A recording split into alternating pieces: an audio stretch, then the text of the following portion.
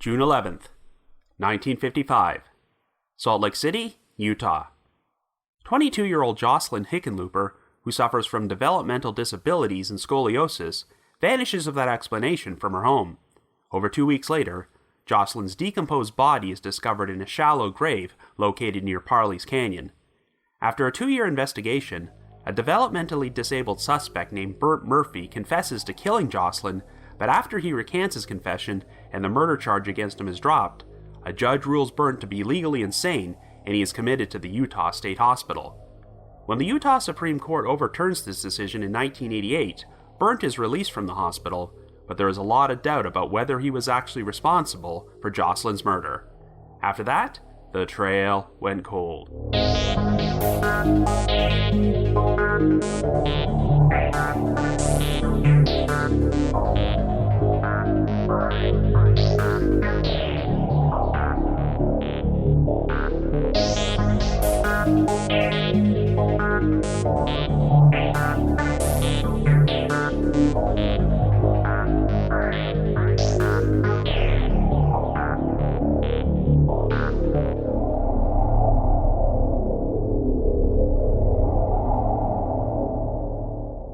Hello everyone, and welcome to our latest episode of The Trail Went Cold. I'm your host Robin Warder, and on today's episode, we're going to be exploring a very sad and unusual cold case from Utah, the 1955 murder of Jocelyn Hickenlooper. This is officially the first episode of our 7th year as a podcast, and the main reason I'm covering this one now is because Utah is the last remaining state from where The Trail Went Cold has yet to cover a case. So now that this episode has been released, I'm happy to announce that our podcast has hit the milestone of featuring at least one cold case from all 50 American states. When I was searching for cases to cover, I came across a very interesting post at the Unresolved Mysteries subreddit written by a poster with the username Jules in Utah, who once co-hosted a true crime podcast of her own with her sister titled Zion's Lost, which did their own episode about this story, and is a great resource to learn about lesser-known cases from Utah. The story of Jocelyn Hickenlooper really stood out to me because it involved a victim and an accused killer who both suffered from developmental disabilities, and since this took place back during the 1950s, when the world wasn't exactly an enlightened place when it came to the subject of mental health, there have been a lot of questions about how this investigation was handled. The prime suspect, Bernt Murphy, only had an IQ of 65, and he first popped up on the radar when he was arrested for the unrelated rape of a young girl, and while he was being questioned, he made a full confession to Jocelyn's murder. However, Bernt soon recanted his confession, but the case took a unique turn because instead of going on trial, Bernt was ruled to be legally insane and committed to a state mental hospital for the next 3 decades. So even though no one was ever convicted of Jocelyn's murder, and the case was not officially solved per se, the police were so certain that Bernt Murphy was the perpetrator that they closed the case after he was sent away. But looking back, there are a number of sizable holes in Bernt's original confession, and some other pieces of evidence, including an eyewitness sighting of Jocelyn in the company of 2 unidentified individuals at the time she went missing, which seemed to point to someone else being responsible for this crime. No matter which way you look at it, this is a pretty bizarre and baffling case with a number of unanswered questions, so in this episode, we're going to take our first trip to the Beehive State and try to make some sense out of what happened. However, before we get started, just a quick reminder that The Trail Went Cold is a weekly podcast, which is currently available for download on several platforms, including Apple Podcasts, Stitcher, Google Podcasts, and Spotify. So if you like this podcast, be sure to subscribe to it, and please leave us a rating or review on any of those sites to help spread the word and garner us more exposure. The Trail Went Cold is on Patreon, so if you would like to learn how to support the show, please visit our page at patreon.com/thetrailwentcold. For as little as $1 a month, you can garner access to exclusive rewards, which may include stickers and thank you cards, early access to episodes, and bonus content. So with all that out of the way, let us now delve into the unsolved murder of Jocelyn Hickenlooper.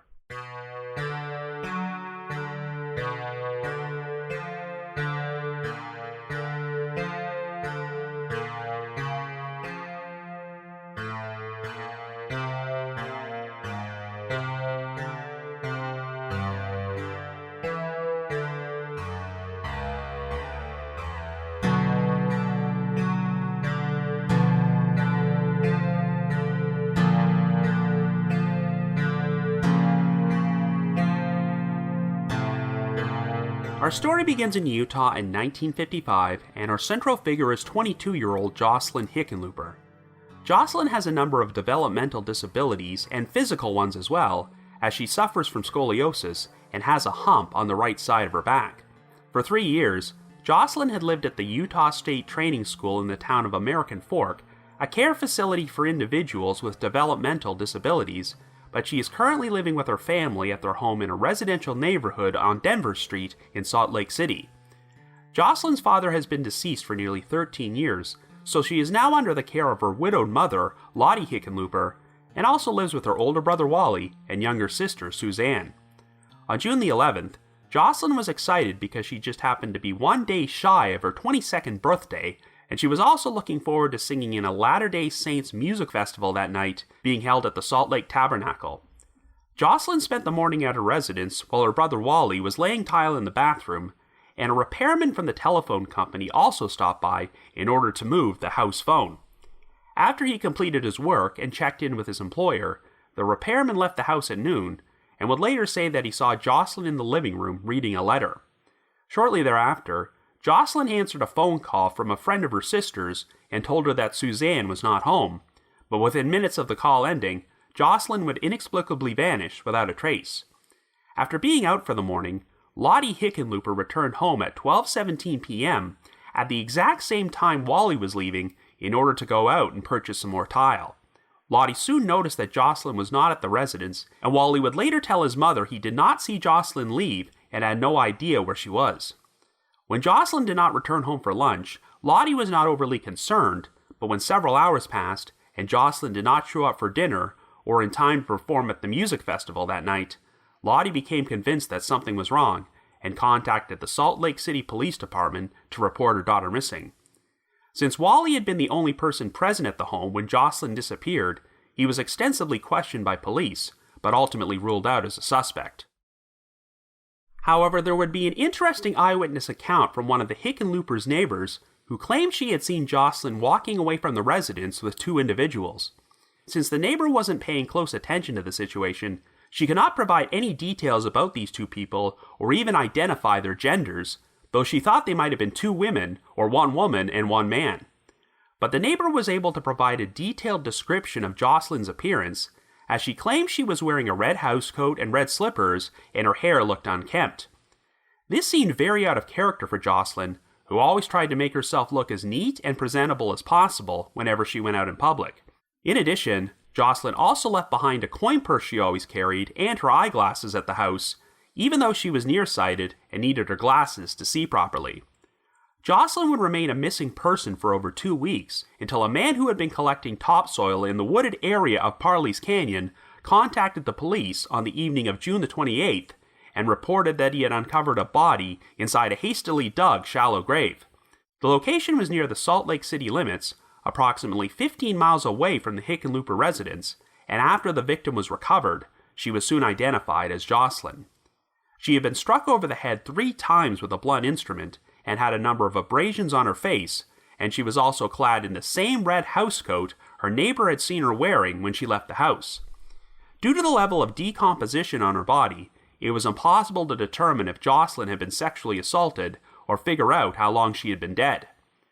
But since an autopsy would find traces of sand particles in Jocelyn's lungs, this meant she had been breathing and was technically still alive when she was buried.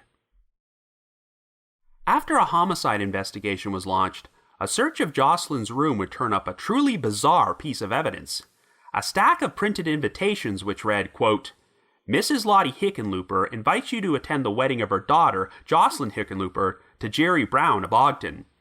The wedding will take place at the Liberty Ward in Salt Lake City, June the 12th, 1955, end quote. Of course, June the 12th was the day after Jocelyn went missing, and Ogden was located nearly 40 miles north of Salt Lake City, but needless to say, this discovery took everyone by complete surprise. Lottie was completely unaware of these invitations, which were apparently ordered by Jocelyn herself, and as far as her family was concerned, Jocelyn was not even involved in a relationship at that time, let alone engaged to be married. This discovery made investigators speculate that Jocelyn might have initially run away to elope with her fiancé before something went horribly wrong, which led to her being murdered. Well, it turned out that Lottie was casually acquainted with a 25-year-old man named Jerry Brown who lived in Ogden and was employed by a printing firm. When Jerry was tracked down and questioned, he was just as shocked as everyone else, as he claimed that he barely knew Jocelyn and denied that he was romantically involved with her.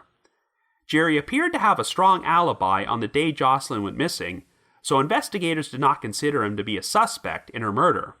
They wondered if Jocelyn might have arranged for the wedding invitations to be printed as part of some elaborate fantasy she was living out, so it was possible they had no connection to the crime. Some of the earliest reporting on this case stated that Jocelyn was seen in the neighborhood pharmacy on a few occasions with an unidentified man with a mustache and a dark complexion. This guy apparently stopped showing up at the pharmacy a short time after Jocelyn was killed, and there were also reports that a man with a mustache had been seen near the location of Jocelyn's burial site at Parley's Canyon in the days following her disappearance. However, it doesn't look like this lead ever went anywhere, and over the next 2 years, police would interview over 200 persons of interest who had a history of sex crimes, but were unable to turn up a promising suspect. However, the case would take an unexpected turn after another horrific crime took place on the morning of September the 10th, 1957. A 4-year-old girl, whose name was never released publicly for obvious reasons, was playing outside her aunt's home in Salt Lake City before she was taken by a man to nearby Memory Park. This person proceeded to sexually assault and beat the young girl before choking her into unconsciousness, but after he fled the scene, she managed to recover and wander out of the park, where a group of tourists found her and called for help.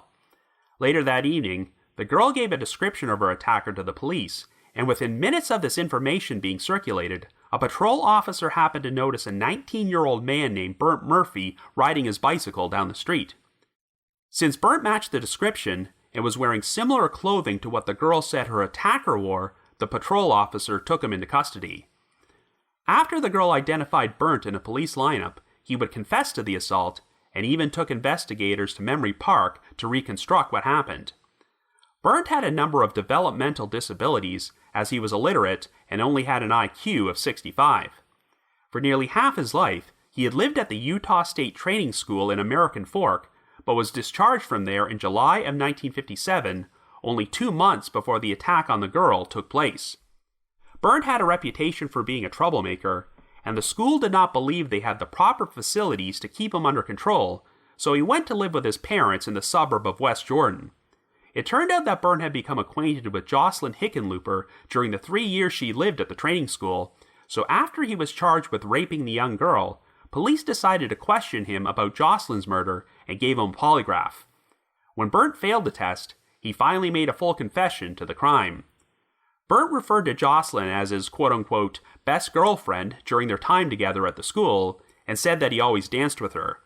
When she was discharged from the school in 1954, Bernt claimed that Jocelyn gave him her home address, so he decided to pay her a visit 1 year later. According to Bernt, on the morning of June the 11th, 1955, he traveled to Jocelyn's residence and knocked on the back door, and when she answered, he asked if she would go out for a walk with him. Jocelyn initially said no, so Bernt left, but when he returned to the house a short time later and asked Jocelyn out for a walk again, she said yes. He said they walked just over 5 miles to a flat area located at the mouth of Parley's Canyon, and it was here that Bernt said he started making advances towards Jocelyn. When she resisted, Bernt started choking her before he proceeded to sexually assault her and hit her on the head with a rock. Afterward, Bernt said that he dragged Jocelyn to a hole and used his hands to throw dirt over her body and bury her. Much like when he confessed to sexually assaulting the 4-year-old, Bernt took investigators to the scene of the murder in order to reconstruct what happened. He was subsequently charged with first-degree murder, and 1 month later, a preliminary hearing was held in which a district court judge ruled that Bernt needed to undergo a sanity hearing before they proceeded any further. This decision was met with objections from Bernt's public defender, who believed he could conclusively prove that his client was innocent of the murder, regardless of his mental state. By this point, Bernt had recanted his original confession, and when a reporter asked him why he would admit to a crime he didn't commit, Bernt replied, quote, "I wanted to be a big shot. I've always wanted to be a big shot." End quote. Since Bernt had been questioned by police without an attorney present, there was speculation that his confession might have been coerced. Regardless, the sanity hearing still took place and featured testimony from 2 court-appointed psychiatrists who examined Bernt and concluded that he had antisocial tendencies and recommended that he be placed under maximum security. In the end, the judge ruled that Bernt was legally insane, even though the court made no findings as to the nature of his insanity or the type of mental illness that Bernt might have been suffering from. However, it was determined that he was mentally incompetent to stand trial for both Jocelyn's murder and the rape of the 4-year-old girl, so the murder charge was dismissed, and the rape charge was indefinitely stayed, and the judge ordered him to be committed to the Utah State Hospital in Provo. It would not be until July of 1972 when a judicial hearing was held to determine that Bernt was competent enough to stand trial for the rape charge. A bench trial was held in December of that year, in which the judge found Bernt not guilty by reason of insanity and sent him back to Utah State Hospital. Even though Bernt was never officially convicted of Jocelyn's murder, the Salt Lake City PD pretty much closed the case following Bernt's arrest, as they maintained that he was the right guy and had provided a number of details about the crime that only the perpetrator could have known. However, there were a lot of troubling inconsistencies in Bernt's confession, and officials from the Utah State Training School publicly expressed their belief that he could not have been the killer because records showed that he was at the school all day on June the 11th, 1955. They also claimed that Bernt had a tendency to make up stories, and his disabilities could have made him susceptible to confessing to a crime he did not commit. Bernt maintained that he left the training school that day after the morning check, and returned in time for their evening check. He said there was a substitute attendant on duty when he got back, who asked him where he had been, so Bernt told the attendant he had gone into town to phone his parents. But even if Bernt's story was true, there was some question about how he could have made the 30-mile trip from American Fork to the Hickenlooper residence in Salt Lake City. Bernt originally told police that he stole a used car from a dealership in American Fork to make the drive, and returned it there after he committed the crime, though he wound up leaving bloodstains on some seat covers which had been torn from the upholstery. However, there was no record of any vehicles being reported stolen from any car dealerships in American Fork on that date, and even though investigators got in touch with these dealerships to follow up on Bernt's story, none of them had any recollection of finding bloodstains in their vehicles. When Bernt was charged with Jocelyn's murder, the Salt Lake police chief flat out acknowledged this troubling inconsistency and shared it with the media, but it seems like Bernt eventually revised his story to say that he hitchhiked from American Fork to Salt Lake City and back, stating, quote, "I only told you that I stole a car because it makes me sound like a bigger guy," end quote. But a number of holes still remained in Bernt's confession, such as when he mentioned walking past a zoo with Jocelyn right before they arrived at Parley's Canyon, even though the only zoo in Salt Lake City at that time was actually located near Emigration Canyon. In spite of this, Bernt continued to remain a patient at the Utah State Hospital, but by the time the 1980s rolled around, his case got the attention of a public defender named Brooke Wells, who felt that Bernt had been unjustly incarcerated and agreed to take him on as a client. Wells appealed the original district court ruling in which Bernt was declared to be legally insane, claiming that this ruling was part of a deal which was made between the prosecutors and the hospital, and that Bernt had no chance of being rehabilitated while he was there. Wells also argued that if Bernt had pled guilty to his crimes and was sent to prison, he already would have served the maximum sentence by this point and been released. The case would be taken all the way to the Utah Supreme Court and featured testimony from a number of doctors who believed that even though Bernt suffered from a number of developmental disabilities, they did not consider him to be insane. In June of 1988, the Utah Supreme Court ruled that Bernt's insanity ruling had been a mistake and admonished the state for the inability to provide the necessary services to improve Bernt's mental state. The court was now ordering for Bernt to be released from the Utah State Hospital after having been a patient there for over 30 years. For over a year following the ruling, Bernt lived in quarters on the edge of the hospital property and held down an outside job while the state figured out what to do with him, as there was fear that Bernt would have a hard time readjusting to society after being institutionalized for the majority of his life. By 1990, Bernt was moved into a supervised group home to live alongside 3 other men in the city of Orem. However, once word got out that the man believed to be responsible for the murder of Jocelyn Hickenlooper was a free man again, there was a public outcry from his new neighbors, who stormed a city council meeting to protest. Over the next few years, Bernt would be transferred around between a number of different group homes, though this was usually met with hostility from neighbors who did not want him living in their area. Bernt did have a few run-ins with the law for such incidents as attempting to steal a dog from a neighbor's residence, which earned him a sentence of 3 years probation with 24-hour supervision. And he would be arrested and spend time in jail on a few occasions for losing his temper and assaulting his survivors. One person who was particularly opposed to Bernt's release was Jocelyn's younger sister, Suzanne Jessup, who suffered a nervous breakdown following Jocelyn's murder. By this point, Suzanne was married and had 2 sons, but the new publicity surrounding her sister's case caused her mental health to deteriorate, and she reportedly had struggles with schizophrenia. According to her family, Suzanne seemed genuinely frightened that Bernt was going to come after her, and once went through a meltdown after becoming convinced she had seen Bernt in a grocery store. Throughout the 1980s, Suzanne had attended all the court hearings pertaining to Bernt's release, and a new hearing was scheduled to be held at the Utah State Capitol building on April 15, 1991. When Suzanne went to the building that day, she suddenly fell from a 3rd-story balcony onto the rotunda floor and died at the age of 52. Since there were no signs of foul play, it was ruled that Suzanne's death was a suicide. As for Bernt Murphy, he spent the rest of his life living in various group homes before he passed away in March of 2001 at the age of 63. The Salt Lake City PD has held the position that Bernt was Jocelyn's killer and have never reopened the investigation into her case, but there is a lot of doubt about whether justice was actually served, and a number of people believe that the real killer managed to get away with it. So I guess you could say the trail went cold.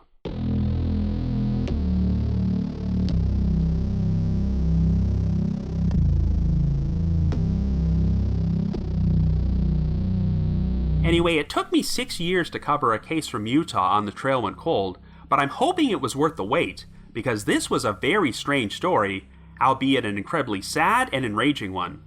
Of course, one of the biggest challenges with covering this case is that it took place during the 1950s and involved 2 individuals who had developmental disabilities, so not surprisingly, most of the original media coverage was not exactly what you would call politically correct.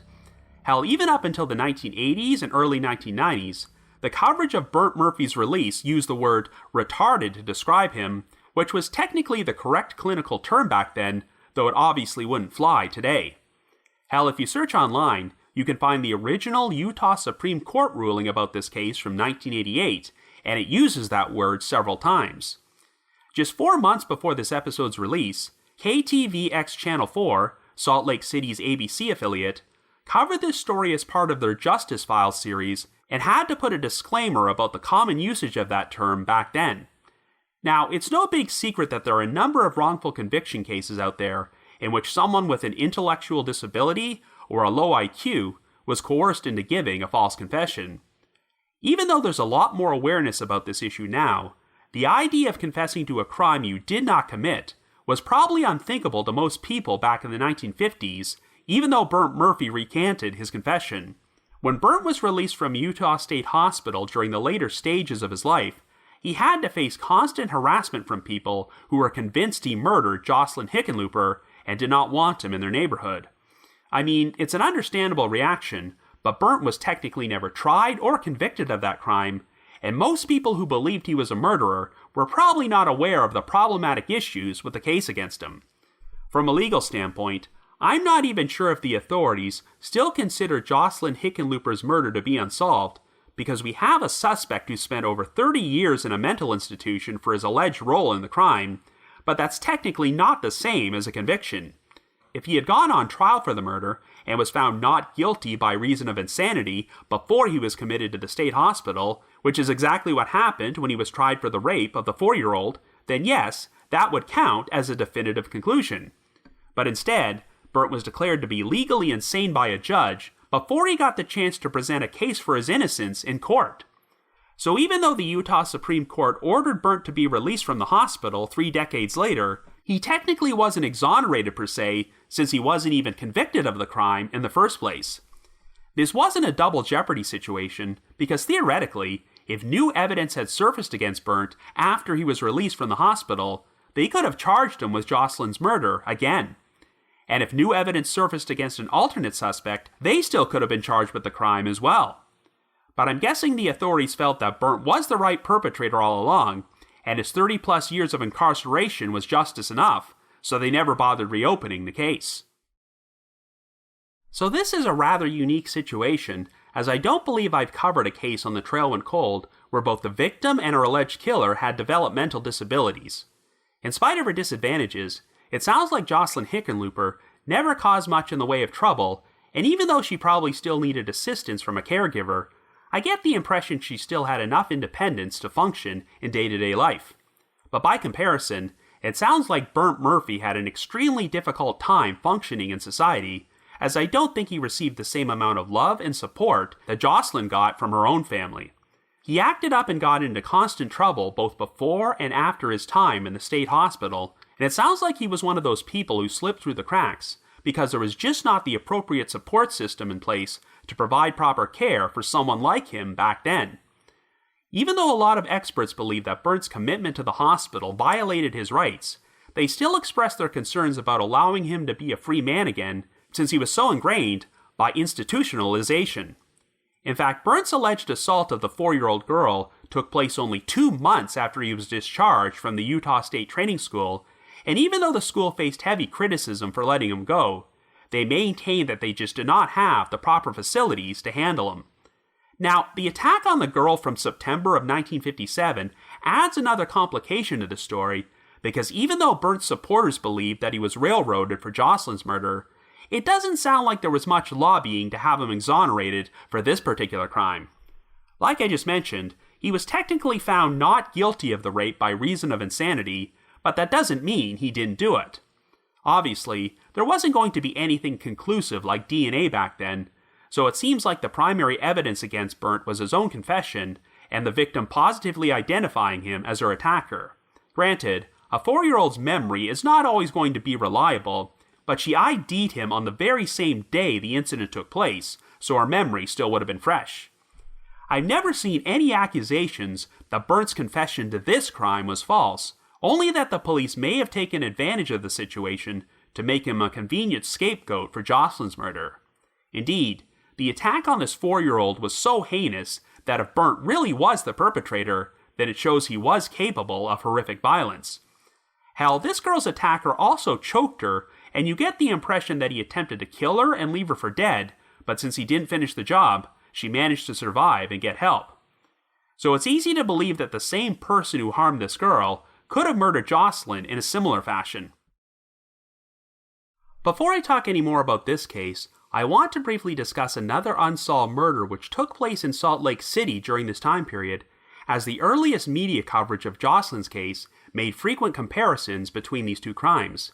The victim here was a 6-year-old boy named Gregory McComb, who lived in an apartment building which happened to be located only a half-block away from the Hickenlooper residence. Gregory's mother, Laurie McComb, was a divorced single mother and had to work her job at a tavern on the evening of September the 16th, 1954, so she left Gregory alone at their apartment and asked a friend of hers to periodically check on him. When Laurie finished her shift and returned home during the early morning hours of September the 17th, she discovered that Gregory was missing from his bed. One of Laurie's neighbors would report having seen a vehicle pull up in front of the building shortly after midnight before a short, stocky man wearing a red shirt and striped bib overalls climbed out. He walked into the building and emerged a few minutes later with Gregory in his arms before placing him inside the vehicle and driving away. Several hours after Gregory was reported missing, his body would be discovered in a rocky creek bed at Parley's Canyon. He had also been sexually assaulted and strangled before his skull was fractured with a blow to the head with a blunt instrument. What's particularly interesting is that Gregory's body was found only about 1/5 of a mile away from the spot where Jocelyn Hickenlooper would be buried in a shallow grave nearly 9 months later. The most promising suspect in Gregory's murder was a truck driver named Norman Ash Fackrell, who was a friend of Laurie McComb. Laurie kept a key to her apartment underneath the mat by the front door, which Gregory's abductor likely used to go inside, and Fackrell was reportedly one of only 3 people who knew that the key was there. Nearly 3 years later, in August of 1957, Fackrell was in jail on a reckless driving charge, and after using this as an opportunity to interview him about Gregory's death, police finally decided to charge him with first-degree murder. Fackrell had been in a tavern on the night Gregory was killed, and witnesses recalled that he was wearing a red shirt and bib overalls, the same clothing the neighbor described Gregory's abductor as wearing.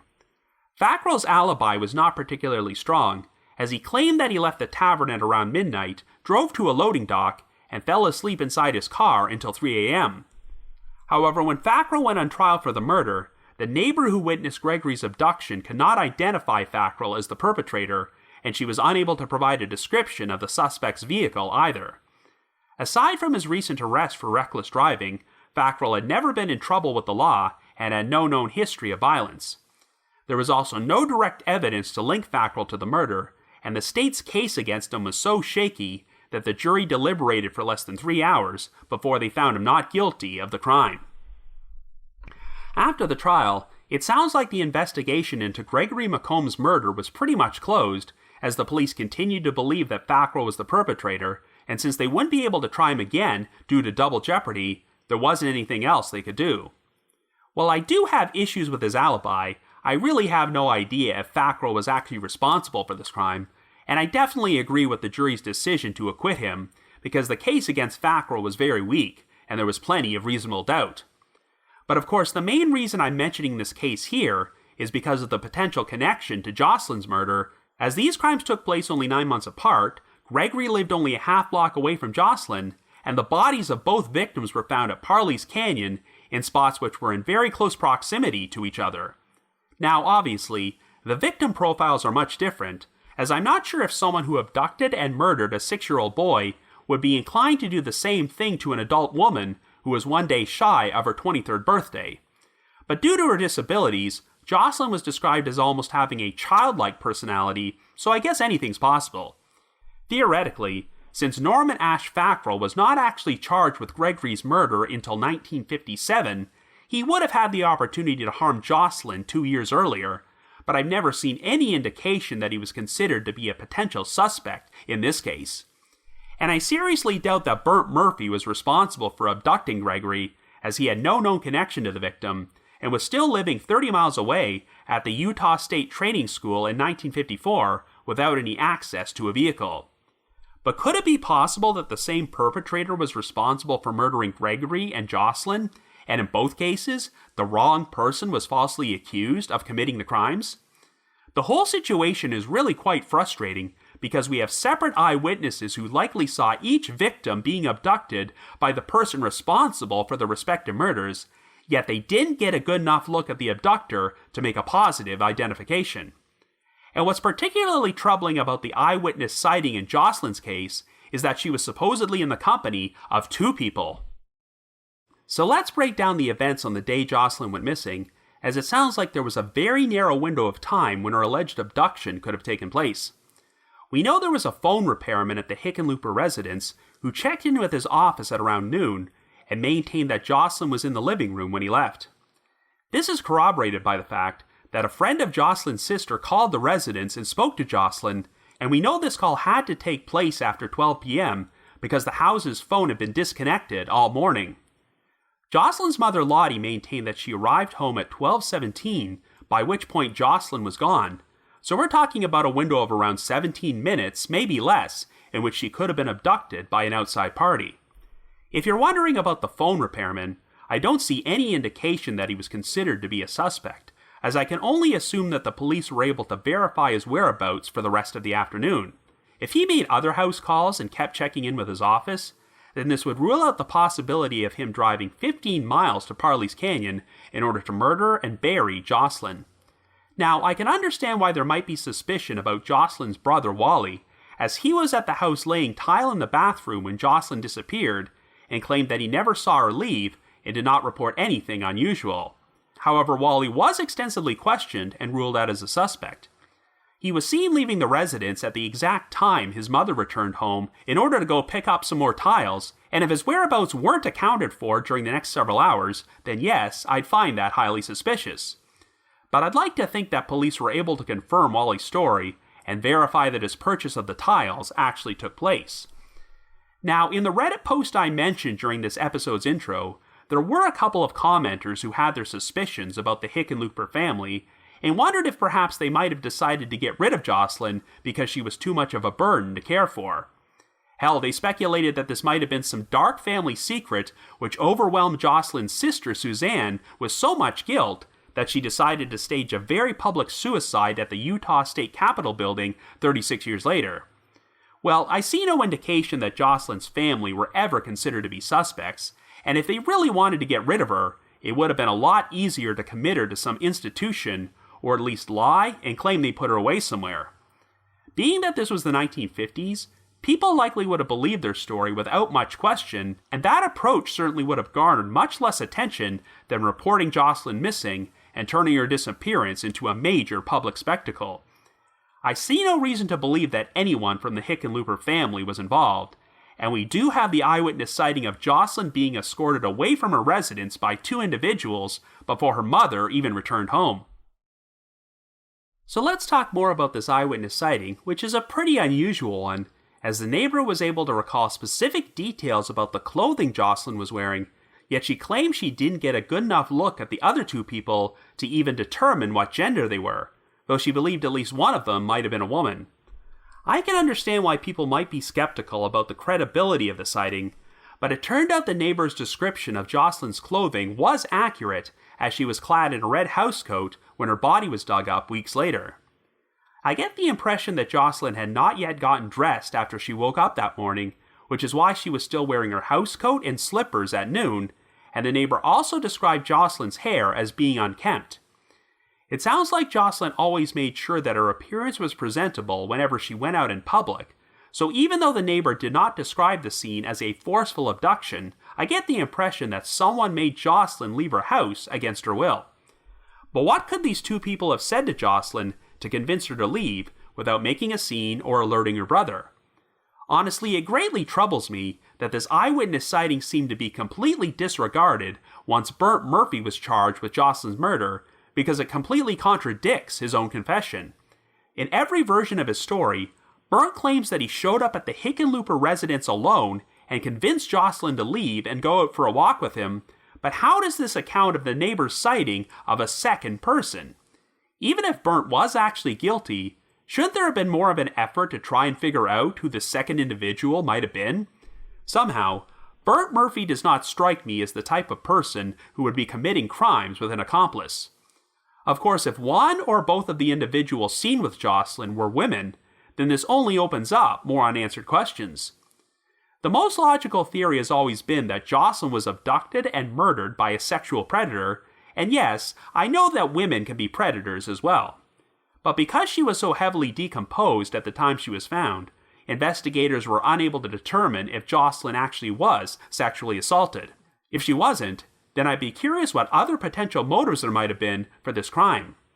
I find it interesting that if you look up Jocelyn Hickenlooper's page at the Find a Grave website, it features a photo of her tombstone, which lists her date of death as June the 12th, 1955, her 23rd birthday, even though she went missing on June the 11th. But since the medical examiner was unable to determine her exact time of death, I guess we technically can't be certain that Jocelyn was murdered on June the 11th. Her body wasn't found for over 2 weeks, so she could have been kept alive and held in captivity for a period of time after she went missing. Indeed, a group of Boy Scouts would later tell police that they were at Parley's Canyon on June the 12th and walked over pretty much the exact spot where Jocelyn was buried, but they didn't notice any indication that a freshly dug shallow grave was there. So for all we know, Jocelyn still could have been alive somewhere at this point and was buried at a later time. The big WTF moment in this whole case has to be the discovery of the wedding invitations in Jocelyn's room, which announced that she was getting married to a man from Ogden named Jerry Brown on June the 12th, the day after she disappeared. I have no idea if these invitations have any link to Jocelyn's murder, but they are such a bizarre clue. The theory which has been pushed forward is that due to her childlike mind, Jocelyn may have been living out some sort of fantasy where she wanted to get married to this Jerry Brown guy and went so far as to print up invitations for a non-existent wedding. They did track down a Jerry Brown in Ogden who was a casual acquaintance of the Hickenlooper family, but he denied that there was any romantic involvement between himself and Jocelyn, and police believe that he had a credible enough alibi that they did not think he had any involvement in Jocelyn's death. Even though Jerry claimed that he barely knew Jocelyn, if they had crossed paths and she developed a major crush on him for some reason, this may have compelled her to create this fantasy for herself. It might seem like too much of a coincidence that the date on the invitations was the day after Jocelyn originally went missing, but I suppose the alternate explanation is that Jocelyn could have selected June the 12th because it was her birthday, which only added to her fantasy. But given what a common name it is, what if Jocelyn had developed a fascination with an altogether different Jerry Brown from Ogden? One detail which has never been clarified is where exactly these invitations were printed, as I'm not sure if investigators were able to determine this. In spite of her disabilities, Jocelyn did have some level of independence and could run errands on her own, so she may have gone somewhere to get these invitations printed up without her family knowing about it. Though I will acknowledge that it is an odd coincidence that Jerry Brown's place of employment was a printing firm. Even if this particular Jerry Brown wasn't involved, it's possible that Jocelyn could have fallen prey to a 1955 pre-internet version of catfishing, where some predator lured her somewhere on the pretense that a wedding was about to take place before she got murdered. This could provide an explanation for why Jocelyn decided to leave her house without telling her family what was happening, but it doesn't really account for why she would leave while dressed in her housecoat and leave her glasses behind, which she really needed in order to see anything. If Jocelyn was being manipulated by someone, it could have been a case of this person telling her she needed to leave immediately without grabbing any belongings so her family wouldn't notice she was gone. Some of the earliest reporting on this case stated that Jocelyn had been seen in a neighborhood pharmacy on multiple occasions with an unidentified man with a mustache and dark complexion. I guess it's possible that this man was a predator who could have befriended and harmed Jocelyn, but it sounds like this angle was completely dropped, and I have no idea if investigators were able to find this man or figure out if these sightings had any significance. But even if these wedding invitations have no relevance to Jocelyn's murder, I'd sure love to know why they even existed in the first place. Now we're going to talk about the feasibility of Bernt Murphy having been the perpetrator of this crime. And regardless of Bernt's mental issues, and whether or not he was really responsible for the assault on that 4-year-old girl, you have to rule him out as a suspect if it was physically impossible for him to make the trip to Salt Lake City to commit the murder. Remember, he was living at the Utah State Training School in American Fork at that time, and he did not own a vehicle, yet he somehow would have had to travel 30 miles to the Hickenlooper residence, an additional 15 miles to Parley's Canyon to murder and bury Jocelyn's body, and then travel 30 miles back to the school without his absence being noticed. If Bernt had not been declared insane and committed to the Utah State Hospital, and this case wound up going to trial, I think his defense attorney would have been able to bring up a lot of valid points to generate reasonable doubt for a jury. Now, the Salt Lake City PD always maintained that Bernt was guilty because he provided details about the crime which only the killer could have known, but it's unclear what exactly those details were, and given that Bernt's interrogation and confession took place without the presence of an attorney, it would not surprise me if details could have been fed to him by investigators. Like I mentioned earlier, the world was a lot less knowledgeable about false confessions back in the 1950s and how individuals could be manipulated into admitting to a crime they were not responsible for.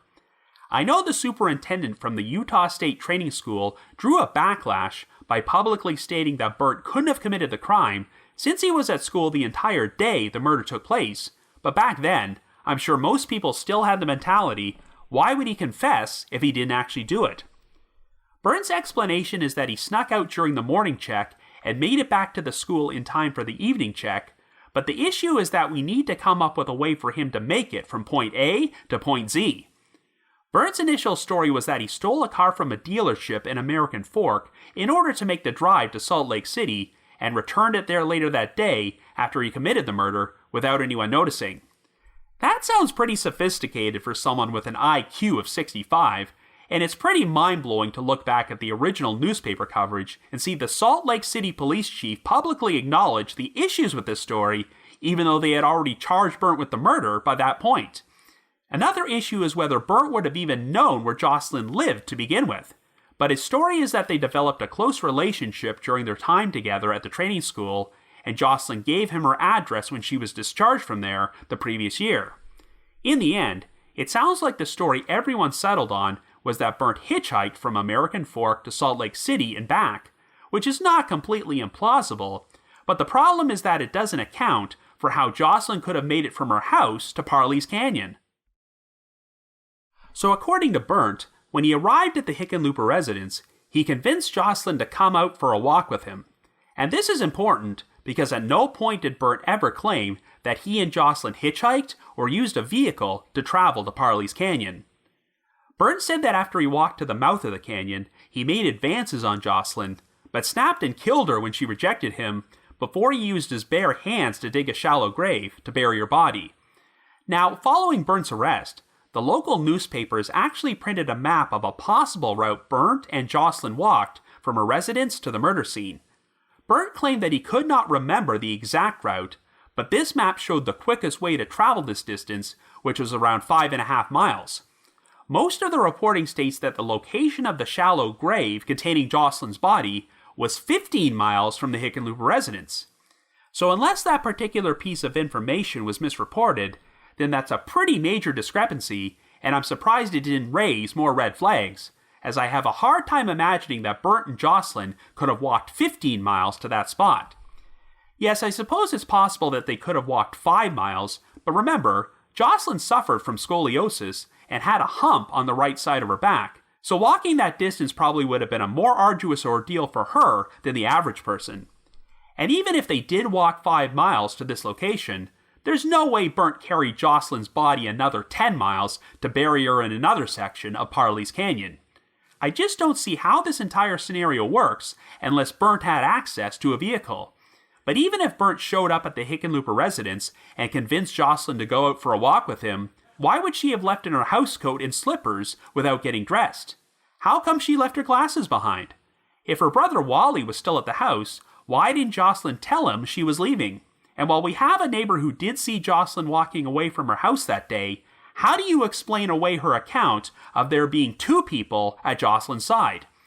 Look, I'm not going to pretend that Bernt Murphy was a model citizen, but I just don't see how any of the proposed scenarios of him being Jocelyn's killer managed to hold up. At the time Bernt was charged with this crime, Jocelyn's murder had gone unsolved for 2 years, and the Salt Lake City Police Department had faced incredible pressure and criticism for failing to close the case. It sounds like they had exhausted all available leads and had no idea how to solve this crime, but once Bernt was charged with raping the 4-year-old and it was discovered that he had a personal connection to Jocelyn, they realized that they had a potential opportunity to close the books on that case and coerced him into making a confession. For all we know, they may have genuinely believed that Bernt was guilty of the crime, but I'm sure they also felt that since Bernt had just harmed a young girl and was getting the book thrown at him anyway, there was no harm of pinning a murder on him which he may not have committed. It's been alleged that the decision to declare Bernt legally insane was part of a deal between the prosecutors and the Utah State Hospital, as I'm sure that the state realized that there were a number of holes in the case against Bernt and wanted to avoid taking him to trial. This also gave the authorities a convenient loophole to close the case and declare Jocelyn's murder to be solved without actually having to secure a conviction for the crime. I'm sure this case would be handled much differently if it took place today, as a lot more due process likely would have been required before Bernt was committed to a psychiatric hospital for the next 3 decades. It's interesting how Norman Ash Fackrell was charged with Gregory McComb's murder at pretty much the exact same time, even though the case against him was incredibly weak and wound up resulting in an acquittal when he went on trial. For all we know, the same thing could have happened if Bernt Murphy went to trial, and I think this situation demonstrates the extreme haste the Salt Lake City authorities were using to get some of their most high-profile unsolved murders off the books. So if Bernt was railroaded, this begs the question about who was actually responsible for Jocelyn's murder. Well, assuming that the neighbor's eyewitness sighting was accurate, the most logical explanation is that there were 2 perpetrators involved, but who were they, and what motive did they have for this crime? Part of me wonders if these wedding invitations did have some sort of link to Jocelyn's murder, and even if Jerry Brown from Ogden didn't have any involvement, perhaps Jocelyn was preyed upon by a manipulative person or persons who decided to murder her. This is a pretty perplexing case, and it's a real shame that the investigation was closed and all other potential leads were ignored for 3 decades because the wrong person had been shuffled away to a mental hospital. After nearly 67 years, it sounds like all the evidence and records pertaining to this case might have been long destroyed, but the fact that the local media decided to feature it as part of their Justice Files series this past November at least shows that Jocelyn's story has not been completely forgotten. So if by chance you happen to have any information on the murder of Jocelyn Hickenlooper, or if you also have info about the 1954 murder of Gregory McComb, please contact the appropriate authorities. But if you just have your own thoughts about what happened, feel free to leave me a comment or send me an email to robin.warder@icloud.com. That's robin.warder@icloud.com. Now the reminder that The Trail Went Cold is on Patreon, so please visit patreon.com/thetrailwentcold to learn how you can support our podcast and become eligible for some pretty neat rewards. This past month, I actually recorded a special bonus episode with Jules, the co-host of my spin-off podcast, The Path Went Chilly, as well as the host of her own podcast, Riddle Me That, True Crime. And we discussed the 1983 death of Nancy Argentino, the girlfriend of famous professional wrestler Superfly Jimmy Snuka, who was suspected of possibly killing her, though the case never did reach a definitive conclusion. In addition, we've also dropped an exclusive bonus episode from The Path Went Chilly, in which myself, Jules, and our other co-host Ashley discuss the 1991 murder of Dick Hansen. And for our patrons in Tier 3, I've recorded another new audio commentary track which will be played over a classic episode of Unsolved Mysteries. I'd also like to give a shout out to our most recent listeners who have signed up with us on Patreon this week, and they are Lauren M., Rebecca C., Christine V.D., Liam P., Jen G., and Penny M. Thank you all so much for your support. I'm also pleased to announce that The Trail Went Cold has been added to the lineup for Podcast Row at 2 CrimeCon events this year. So provided that it is safe enough to travel, I'll be appearing at CrimeCon 2022, which is being held at Paris and Bally's in Las Vegas from April the 29th until May the 1st. If you would like to purchase tickets, we already have our own personalized promo code to receive a 10% discount off a standard badge. Please visit crimecon.com and enter the promo code TRAIL. I'm also hoping to appear at CrimeCon UK, being held at the Leonardo Royal Hotel and Spa in London on June the 11th and the 12th. If you would like to get a 10% discount on tickets to this event, please visit crimecon.co.uk and use the promo code COLD22. In addition, I wanted to provide another reminder that I hold live streaming sessions on a platform called Get Vocal. Every Thursday night from 7 until 8 p.m. Eastern Time, I host what is essentially an after show for each week's podcast episode, where I have an interactive discussion about the featured case from said episode and answer questions and address comments from listeners. I always include a link to these sessions in our show notes, so be sure to check there for more information or visit getvocal.com. That's GETVOKL.com. I just wanted to give another shout out to my supporters at the Unsolved Mysteries message board at the Sitcoms Online forum and the Unresolved Mysteries subreddit, which, like I mentioned earlier, has a very interesting discussion about the Jocelyn Hickenlooper case. I need to provide a big thanks to McGill Foote, who edits and assembles this podcast together for me, and Vince Nitro, who composes the ear music you hear on every episode. If you haven't already, you can like us on Facebook, follow us on Twitter, or leave us a rating or a review on Apple Podcasts, Stitcher, Google Podcasts, or Spotify. So have yourself a good week and join us next Wednesday for another brand new episode of The Trail Went Cold.